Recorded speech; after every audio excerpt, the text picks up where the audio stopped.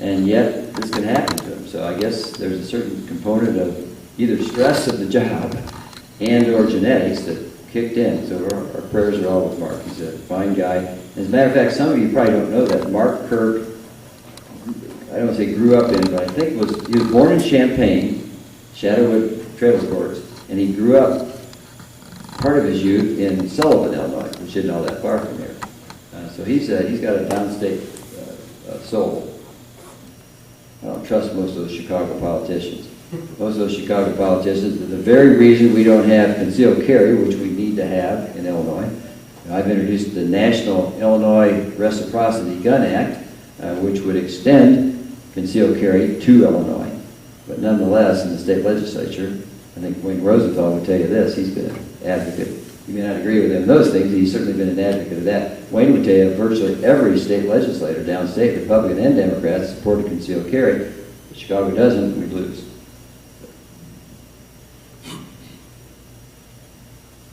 Yes, sir. I heard a speech last year about the estate tax for FFA, the public speaking, and I just wondered if there's any progression on the Bush era tax cuts and when that would come up in Congress. Yeah, they're coming up for they're going to expire relatively soon, and I think that certainly Obama will never sign an extension of a lot of these Bush era tax cuts. So I think it's going to be a scalpel rather than meat axe as long as he's in the White House. I think the death tax is a tremendously unfair tax. It taxes income, oftentimes capital gain, and then in its final form, so to speak. But I think the best we can practically expect is to have the extension of the exemption as it is with the lower rate. So we'll see how that plays in. Again, that goes into the question of what's certain and what's not, and how we can. Mr. McMahon asked the question, what about the economy? Well, one of the problems is we don't have certainty in the economy. Did you answer that? I was just going to say maybe you could propose a bill to make everything north of I-80 another state. They did that. Adam Brown did that. Representative Adam Brown and Bill Mitchell from Decatur have that proposed. I was going to give this copy of the Constitution to Tommy and Pacer, but I think they already know it. So. They can give us a lecture on it. By the way, I didn't get a chance to introduce myself to you guys, but thanks for coming in. Yeah. Thank you, and thank you for being here too.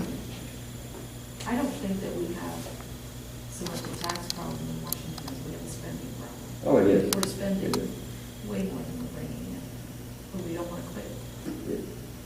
43 cents of every dollar is borrowed.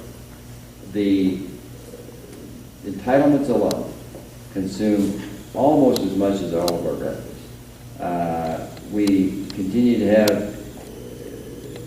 a stimulus 2, stimulus 3, which increased unemployment, indebted us to the tune of $1 trillion at a whack. And there is no self-discipline. And frankly, it's politically expedient to spend a lot of money.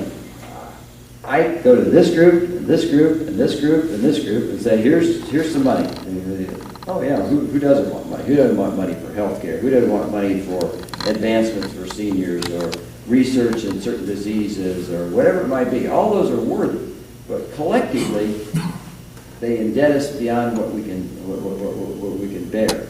And so does somebody have the political will, the backbone, to say no to these groups? And at this point, there seems to be a backbone of jelly, at least among a certain level of political occupants. The takers are way outnumbering the givers. Those paying taxes are being way outnumbered by those that are just sucking. My former chief of staff, Jerry Clark, who's you may know, some of you know, he's actually from Pawnee and areas just north of here. He used to call it the taxpayers and the tax eaters. Now, I'm not suggesting that tax eaters are bad people. I'm a tax eater. I live on tax dollars. Scott Morano works at the prison. Nothing wrong with that.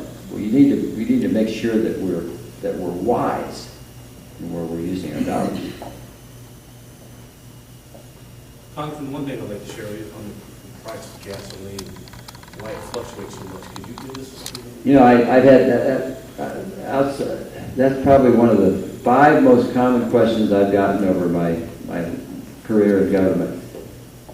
There are laws prohibiting price gouging, and resorting to fixed prices and otherwise. And perhaps they're not being as enforced as effectively as they could. But I guess I've come to the place now where I don't have a good answer for that. I'm not sure that I believe there is price gouging. I'm just of the same bewilderment that you do. I don't know why they vary so much. I'd certainly like to look at that, but I don't think any of us are going to advocate for price controls. Because as soon as you have that, you have supply problems, you have basic issue of whether you believe government ought to impose prices on people. So it's a befuddling question, and I face the same thing. We drive in Urbana, Tom and I, we go by my favorite gas station down in East Urbana, and it has gas for 9 cents, or sometimes 29 cents less than the one downtown. So you can't figure that. I don't know. What is the breakdown of that? For example, the $3 a gallon, is the higher the gas it is, the more tax, the more federal tax that they get? Is that how that? I think that's right, yeah. Is that right, Danny? I think that's correct. These are. Sounds right, Yeah, I think so. I think that's correct. Illinois is one of the few states in the union that has a tax on a tax, too. Yes? Part of that question is the excessive and unreasonable EPA regulations. Well, we just talked about that, absolutely. In my understanding, that doubles the price of energy, including gas. They can orbit the regulations large. It doubles the price basically. Yeah, I think we just talked about that. What regulatory excess has done to our economy is devastating. And then I have a book I could forward in with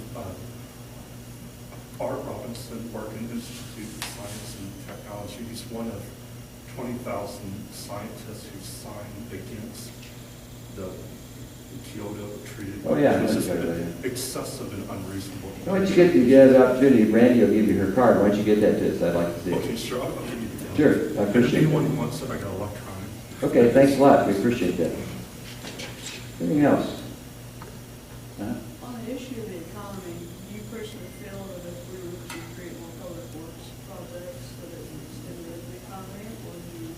I don't think so. I don't think you can just create jobs. I don't think the government should be the source of partnering with the private sector and creating an environment that's friendly for jobs to grow, but not creating jobs per se. Now, do I believe that a strong highway bill would be good for America? Absolutely. People who work building roads and bridges and culverts, it would be spectacular. But in terms, I think that was maybe your question, maybe I didn't understand it as well. But in terms of creating jobs, I think it's the private sector's job, for the most part, to create jobs. And I think the government needs to create an environment where those jobs are fruitful to be created. What are your thoughts on that Canadian pipeline thing? The XL pipeline? I support the XL pipeline. I found it incredible that the president made an address, a speech the other day. I was in the chamber to at the one time say that our focal point of our energy policy is to reduce our dependence on foreign oil. That was his statement. And at the same time, he's put a total quietus on development of nuclear energy.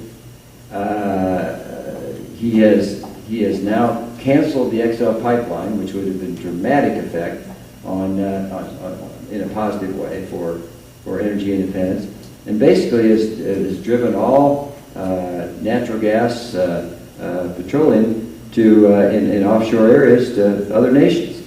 And so, how on the one hand you can be in favor of reducing dependence on foreign oil, and on the other hand say we're going to cancel the XL pipeline and not allow Clinton power plant to have a second phase is just counterintuitive. Well, is that canceled or is that tabled? It's tabled, but effectively he's canceled it for now. And now I understand they're going to figure out an alternative route, so all the advantages and jobs and otherwise will go south on us. See, that's my gripe there, because I like to go green, don't get me wrong, but if there's birds in danger, those birds will go somewhere else. I'm not worried about the birds. I don't even believe that was the issue. I think it was a symbolic. I've got a pretty strong environmental voting record. In fact, I would say I'm one of the stronger environmental supporters in the Congress. But that doesn't have to be divorced